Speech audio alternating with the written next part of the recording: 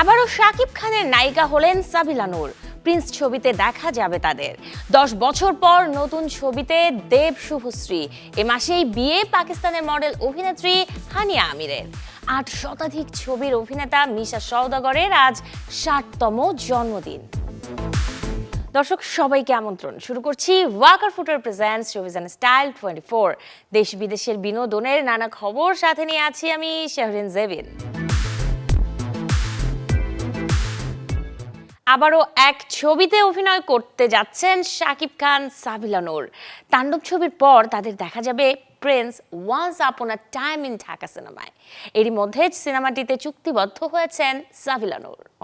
গেল বছরের কোরবানির ঈদে মুক্তি পায় শাকিব খান সাবিলা নূর জুটির প্রথম চলচ্চিত্র তাণ্ডব। বছর না ঘুরতেই আবারও এক ছবিতে হাজির হচ্ছেন তারা। Prince once upon a time in Dhaka সিনেমায় সাবিলা নূরকে দেখা যাবে মিলির চরিত্রে।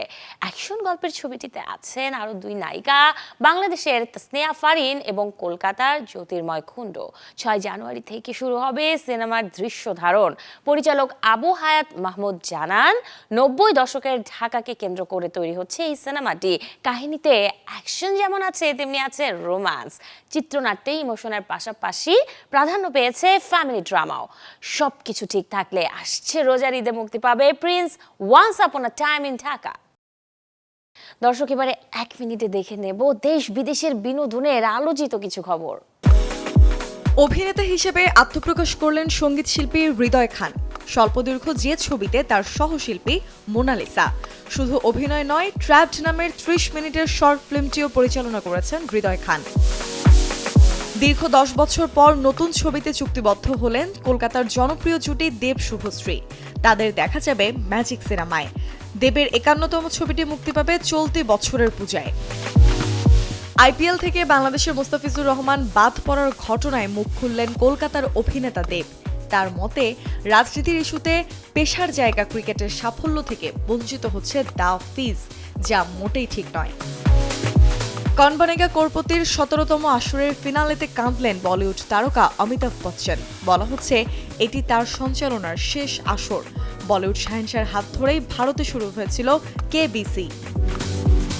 চলতি মাসে বিয়ের পিঁড়িতে বসতে যাচ্ছেন পাকিস্তানের জনপ্রিয় মডেল অভিনেত্রী হানিয়া আমির।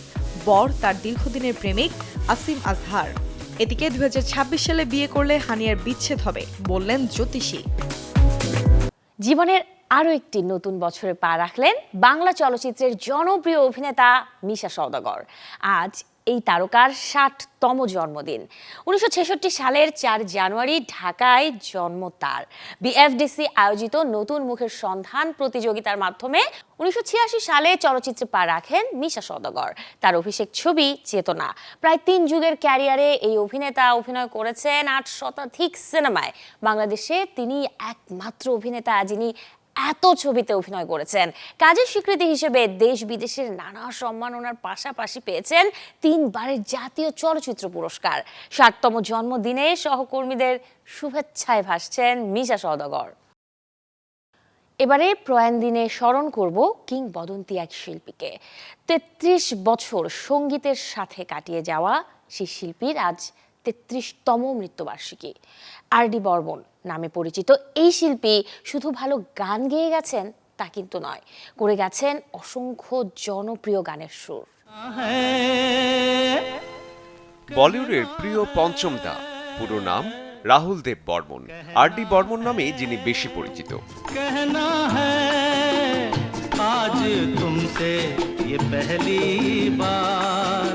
বলিউডে ডিস্কো ও জ্যাজের সমন্বয়ে আর.ডি. বর্মন শুরু করেন সঙ্গীতের এক নতুন ধারা।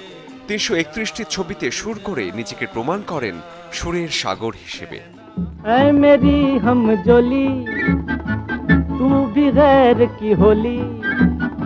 1948 সালে মাত্র 9 বছর বয়সে আই মেরি টুপি পলট খিয়া গানে সুর করেন রাহুল, যা পরে মিস্টার ফান্টুস ছবিতে ব্যবহার করেন বাবা শচীন দেব বর্মন।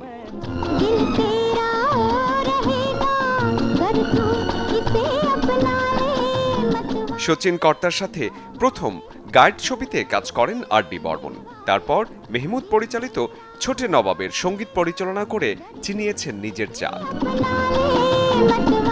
1966 সালে তিসরে মঞ্জিল ছবিটি আর.ডি. বর্মনকে এনে দেয় ব্যাপক জনপ্রিয়তা। লতা মঙ্গেশকর, মোহাম্মদ রফি, আশা ভোসলে এবং কিশোর কুমারের সাথে তৈরি তার গানগুলো সময়ের চৌকাঠ পেরিয়ে আজও সমান জনপ্রিয়।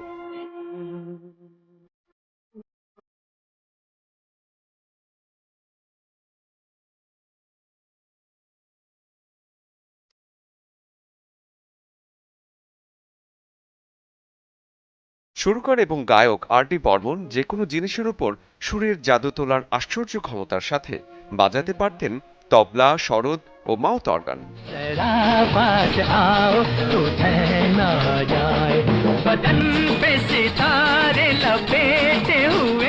হিন্দির পাশাপাশি তেলেগু, তামিল, ওড়িয়া ও মারাঠি ছবিতেও সুরকার হিসেবে কাজ করেছেন এই সুরের জাদুকর। জীবন চলার পথে সাত পাকে বাধা পড়েন রীতা পাটিলের সাথে।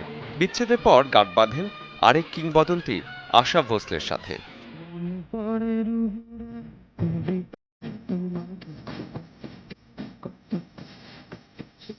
1994 সালের আজকের এই দিনে মৃত্যুবরণ করেন সুরের এই জাদুকর।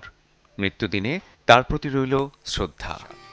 যেতে যেতে পথে হলো দেরি, তাই তো শরীফুল হক, চ্যানেল 24।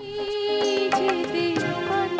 প্রমোটার বৌদি হয়ে বড় পর্দায় আসছেন পশ্চিমবঙ্গের অভিনেত্রী স্বস্তিকা মুখার্জি, যে ছবিটি পরিচালনা করেছেন সূর্যদেব। এটি তার পরিচালিত প্রথম সিনেমা। আসছে মাস ফেব্রুয়ারির শেষে মুক্তি পাবে প্রমোটার বৌদি।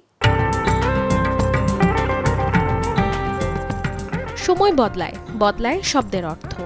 আর সেই বদলে যাওয়া সমাজ মানসিকতার আয়নায় আবারও এক বৌদির গল্প বলতে বড় পর্দায় আসছেন টলিউডের জনপ্রিয় অভিনেত্রী স্বস্তিকা মুখার্জি।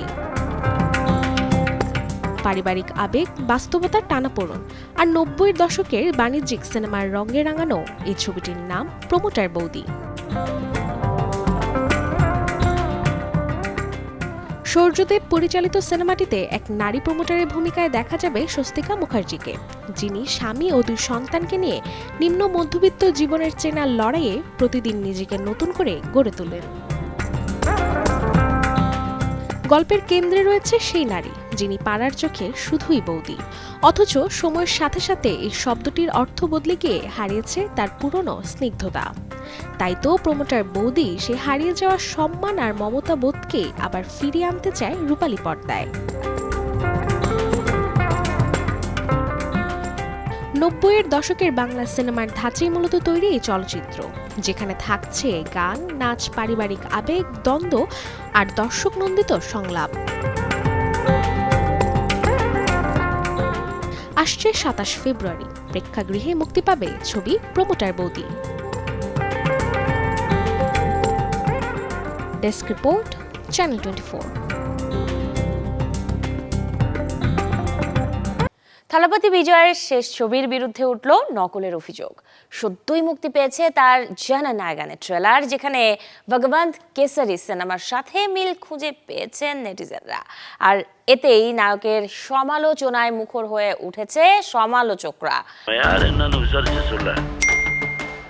শেষবারের মতো রূপালী পর্দায় আসছেন দক্ষিণী সুপারস্টার থালাপতি বিজয়, কিন্তু মুক্তির আগেই তার সিনেমা জননায়গন নিয়ে ভক্তদের উন্মাদনার বদলে উঠেছে সমালোচনার ঝড়। বিজয় অভিনীত এই বহুল প্রতীক্ষিত সিনেমাটি ঘিরে ভক্ত এবং চলচ্চিত্র পাড়ায় চলছে রিমেকের অভিযোগ। বলা হচ্ছে সিনেমাটি নাকি 2023 সালে তেলুগু হিট মুভি ভগবন্ত কেসরির রিমেক। প্রাথমিক আলোচনা এবং ইন্টারনেটে আসা বিভিন্ন তুলনা থেকে এই রিমেক হওয়ার গুঞ্জনটি ডালপালা মেলেছে। বিশেষ করে নন্দামুরি বালকৃষ্ণ অভিনীত ভগবন্ত কেসরির গল্পের সাথে এর কিছু সাদৃশ্য খুঁজে পেয়েছেন নেটিজেনরা। এদিকে সিনেমাটির নির্মাতারা এই প্রজেক্টটিকে রিমেক তকমা দিতে বেশ সতর্কতা অবলম্বন করেছেন। এমনকি এ প্রশ্নের জবাবে পরিচালক এইচ বিনোদ সরাসরি কিছু না বলে সিনেমাটি দেখার আগেই কোনো সিদ্ধান্তে না পৌঁছানোর অনুরোধ জানিয়েছেন দর্শকদের। তবে জানা গেছে আইনি বা কপিরাইট জটিলতা এড়াতে সতর্কতামূলক ব্যবস্থা হিসেবে জননায়গন টিম ভগবন্ত কেসরির রিমেক রাইটস কিনেছে। আসছে 9 জানুয়ারি পোঙ্গল উপলক্ষে প্রেক্ষাগৃহে মুক্তি পাবে cinema Jananayagan. Desk report, channel 24। শুক্রবার হলিউডের পর্দায় আসছে রহস্য আর আতঙ্কের মিশেলে এক ন্যাচারাল হরর মুভি প্রাইমেট, যে ছবিটি পরিচালনা করেছেন জোহানসন রবার্টস। সিনেমার গল্প এগিয়েছে এক পরিবারের ছুটির ভ্রমণকে নিয়ে। শান্ত একটি ট্রপিক্যাল ভ্যাকেশনে মুহূর্তেই ভয়াবহ রূপ নেয় যখন পরিবারের দত্তক নেওয়া শিম্পাঞ্জি বেন একটি জলাতঙ্কে আক্রান্ত প্রাণীর কামড়ে আক্রান্ত হয়। এরপর তার আচরণ হয়ে ওঠে হিংস্র ও নিয়ন্ত্রণহীন, যা পরিবারটির জন্য ডেকে আনে প্রাণঘাতী আতঙ্ক। গেল বছরের 18 সেপ্টেম্বর যুক্তরাষ্ট্রের ফ্যান্টাস্টিক ফেস্টে প্রথম বিশ্ব প্রিমিয়ার হয় এই সিনেমাটির। 9 জানুয়ারি প্রেক্ষাগৃহে মুক্তি পাবে প্রাইমেট। দর্শক, এতক্ষণ ছিলাম বিনোদনের নানা খবরে। এবারে জীবনযাপনের গল্প দেখব, লাইফস্টাইলের কিছু আপডেট। শুরু হয়েছে দেশের সবচেয়ে বড় পণ্য প্রদর্শনী ঢাকা আন্তর্জাতিক বাণিজ্য মেলার 30তম আসর। শুরু থেকেই ক্রেতাদের ভিড় দেখা গেছে বাংলাদেশ চায়না ফ্রেন্ডশিপ এক্সিবিশন সেন্টারে। তবে ভিনদেশি প্রতিষ্ঠানের উপস্থিতি কম থাকায় হতাশ মেলায় আসা অনেকেই।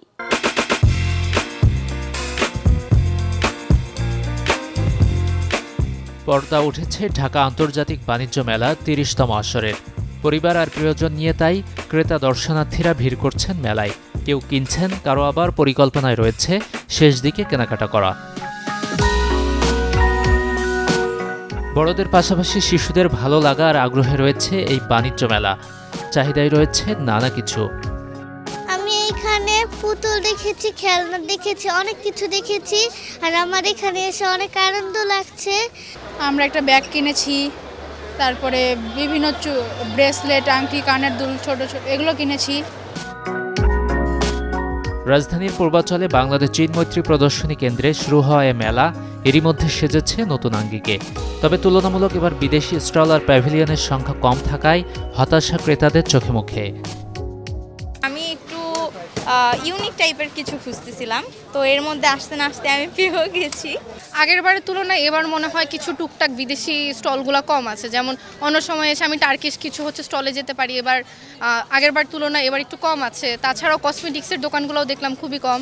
আমরা ওদের অপেক্ষা থাকি, এক বছর পর বাণিজ্য মেলা আসলে অনেক দেশের মালামাল কিনতে পাওয়া যায়, দেখতে পাওয়া যায়। ছেলে মেয়েও আসতে খুব আগ্রহী, ইচ্ছা প্রকাশ করে। টুকিটাকি কেনাকাটা পাশাপাশি একটু ঘুরে দেখা, ওইটাই মূলত প্রাধান্য দিচ্ছি। মেলায় ক্রেতা আকৃষ্ট করতে শুরু থেকেই অনেকে রেখেছেন নানা রকমের অফার।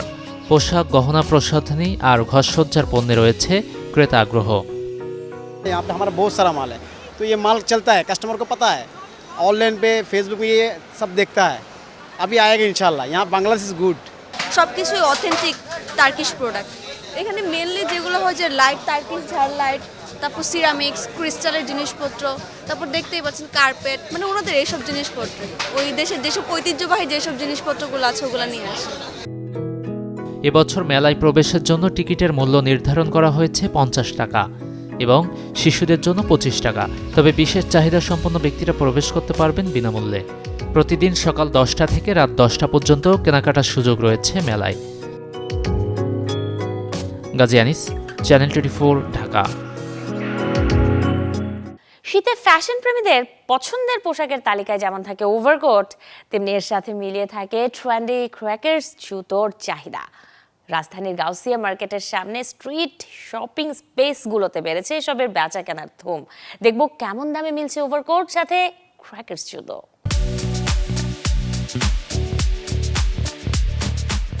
এবার রাজধানীতে বেশ জাঁকিয়ে বসেছে শীত। সূর্যিমামার দেখা পাওয়ায় যেন তাই। আর এই কনকনে ঠান্ডার সাথে পাল্লা দিয়ে বাড়ছে শীত পোশাকের বেচাকেনা। দামে তো বেশ সাশ্রয়ী বটেই, সাথে আছে বাহারি সব ডিজাইন। তাই রাজধানীর গাউসিয়া মার্কেটের বিপরীতে এই ফুটপাতের দোকানগুলোতে চলছে কেনা বেচার ধুম। কোয়ালিটি অনুযায়ী প্রাইস ঠিক আছে, আর যদি একটু দেখে কেনা যায় তাহলে অবশ্যই ভালো প্রোডাক্টটা নেওয়া যায়। নূরজাহানের ভিতরে আগের মতো কালেকশন নেই, সেক্ষেত্রে বাইরে থেকে কেনাটাই বেটার। 4-5 দিন যাবত যেরকম শীত পড়েছে, ওভারকোটটা আসলে সবার জন্য আসলে প্রয়োজন, মানে এটা প্রয়োজন অনুযায়ী মার্কেটেও অ্যাভেলেবেল পাচ্ছি আমরা।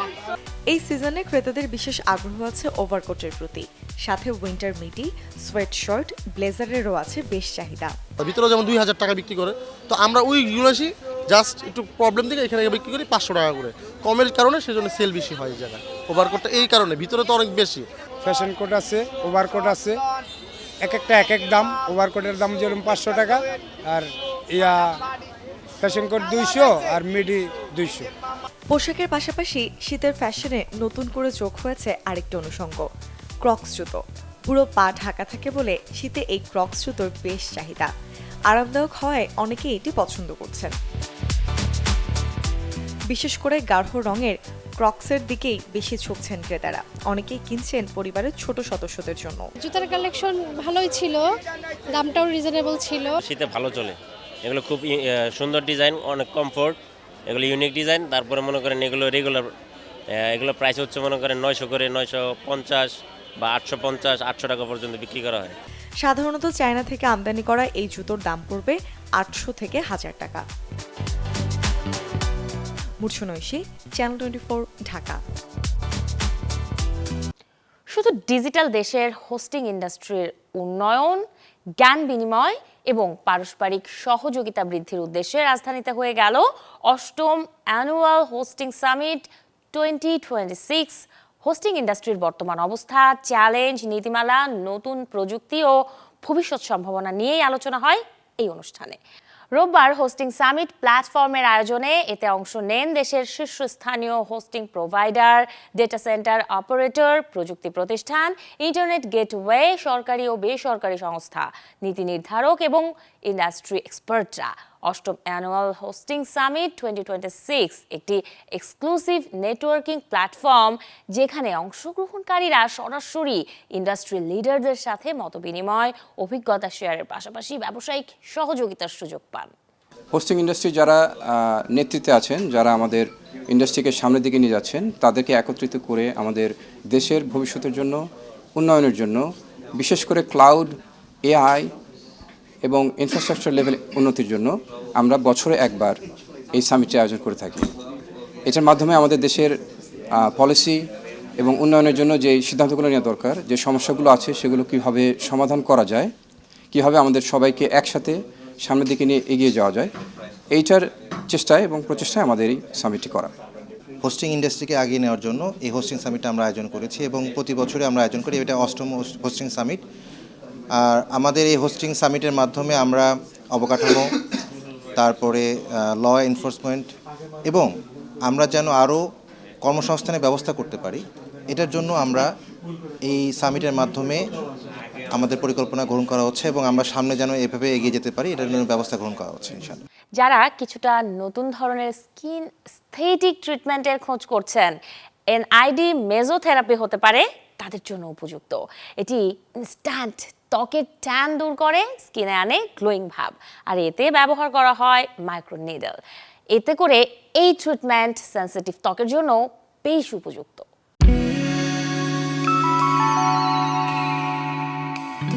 অ্যাস্থেটিক ট্রিটমেন্টের এক নতুন সংস্করণ এনআইডি মেজোথেরাপি। এই থেরাপির মাধ্যমে ত্বকের মাঝের স্তরে খুব অল্প মাত্রায় vitamin, mineral, amino acid, hyaluronic acid পৌঁছে দেওয়া হয়, যার ফলে ত্বক উজ্জ্বল এবং হাইড্রেটেড করার পাশাপাশি কমে ফাইন লাইন বা রিঙ্কেল। এটি ব্রণের দাগ দূর করতেও দারুণ কার্যকরী। এটি সার্টুইনকে অ্যাক্টিভ করে, ডিএনএ রিপেয়ার মেকানিজমকে অ্যাক্টিভ করে। এর ফলে সেলুলার এইজিং স্লো হয়, সেলে যে রিঙ্কেলগুলো থাকে সেটি কমে আসে এবং ফাইন রিঙ্কেল হয় স্মুথ, এবং সেই সাথে স্কিনের টোন এবং টেক্সচারও ইমপ্রুভ হয়। মাইক্রো নিডলের মাধ্যমে সরাসরি এই বুস্টিং কম্পোনেন্ট প্রয়োগের ফলে খুব দ্রুত স্কিনে গ্লোয়িং ভাব আসে। তাই কেউ যদি স্কিনের কালচে ভাব বা ট্যান কমিয়ে কোনো অনুষ্ঠানে গ্লো আনতে চান, তাহলে তার জন্য এই ট্রিটমেন্ট উপযুক্ত। আনইভেন টোন, পিগমেন্টেশন নিয়ে যারা সাফার করছেন তাদের জন্য এনআইডি কিন্তু একটি চমৎকার সলিউশন। এনআইডি মেজোথেরাপি একটি ট্রিটমেন্টের পরপর যেহেতু আপনার ইনস্ট্যান্ট কনফিডেন্স বুস্ট আপ হয়, তাই মেইনটেনেন্স থেরাপির মাধ্যমে আপনি কিন্তু আপনার প্রিভেন্টিভ এবং লংজিভিটি গোলটাকে মেইনটেইন করতে পারবেন। তৈলাক্ত বা সাধারণ ত্বকের পাশাপাশি মেজোথেরাপি সেনসিটিভ স্কিনে উপযুক্ত। সাধারণত এক সেশনেই ত্বক উজ্জ্বল লাগতে শুরু করে, তবে স্থায়ী ফলের জন্য দরকার হতে পারে একাধিক সেশন। মূর্ছনৈশী, চ্যানেল 24। বর্তমান বিশ্বে বেশ জনপ্রিয় হয়ে উঠছে সাস্টেইনেবল লাইফস্টাইল বা পুরনো জিনিসের রিসাইকেল। পুরনো শাড়ি কিংবা কাঁচের খালি বোতলেই হচ্ছে ঘরের সবচাইতে আকর্ষণীয় ইন্টেরিয়র পিস। এতে একদিকে যেমন টাকা বেঁচে যাচ্ছে, তেমনি প্রকাশ পায় রুচির আভিজাত্য। শখের আসবাব পুরনো হয়ে গেছে বলে মন খারাপ, কিংবা আলমারির কোণায় পড়ে থাকা মায়ের সেই প্রিয় শাড়িটি এখন আর পরা হয় না, ফেলে না দিয়ে একটু সৃজনশীলতা যোগ করলে এই পুরনো জিনিসগুলোই হতে পারে আপনার ঘরের নতুন অলংকার। যেমন রান্নাঘরের খালি সস কিংবা পানীয়র কাচের বোতলগুলো আমরা সাধারণত ডাস্টবিনে ফেলে দিই, অথচ সামান্য কিছু ফেব্রিক কালার, পাটের দড়ি কিংবা শুধু একটি ফেরি লাইট ব্যবহার করে এগুলোকে রূপ দেয়া যায় চমৎকার ল্যাম্পশেড বা ফুলদানিতে, যা ড্রয়িং রুমের কোণায় যোগ করবে এক মায়াবী আবহ। ফ্যাশনের ক্ষেত্রেও পিছিয়ে নেই রিসাইকেল বা আপসাইকেল। জামদানি কিংবা সিল্কের পুরনো শাড়ি কেটে খুব সহজেই বানিয়ে নেওয়া যায় ট্রেন্ডি কুর্তি, শ্রাগ, ছোটদের নান্দনিক পোশাক। আবার শাড়ির চওড়া পাড় দিয়ে তৈরি করা কুশন কভার কিংবা টেবিল রানার মধ্যবিত্তের অন্দরসজ্জায় নিয়ে আসে আভিজাত্যের ছোঁয়া। অন্যদিকে পুরনো কাঠের আসবাবের বার্নিশ উঠে গেলে তা ফেলে না দিয়ে বরং উজ্জ্বল কোনো রং করে তা তৈরি করা যায় বোহেমিয়ান স্টাইলের ফার্নিচার। এতে আসবাব কেনার বড় খরচ যেমন বাঁচে, তেমনি পরিবেশ রক্ষাতেও রাখা যায় বড় অবদান। স্মার্ট নাগরিক জীবনে এখন পুরনোই হয়ে উঠেছে নতুন। তাছাড়া সাস্টেনেবল লাইফস্টাইল অর্থ বাঁচানো তো বটেই, পাশাপাশি ব্যক্তির সৃজনশীলতা চর্চার মাধ্যমে যেন রুচিবোধ প্রকাশের অন্যতম উপায়। Desk report, channel 24। দর্শক, এই ছিল আজকের Walker footwear presents showbiz and style 24 এর আয়োজনে। বিনোদন ও লাইফস্টাইলের সব আপডেট জানতে ভিজিট করুন আমাদের ফেসবুক পেজ এবং ইউটিউব চ্যানেলে। কাল ঠিক একই সময় আবারও দেখা হবে। সে পর্যন্ত সবাই ভালো থাকুন, আর দর্শক অবশ্যই চ্যানেল 24 এর সাথেই থাকুন।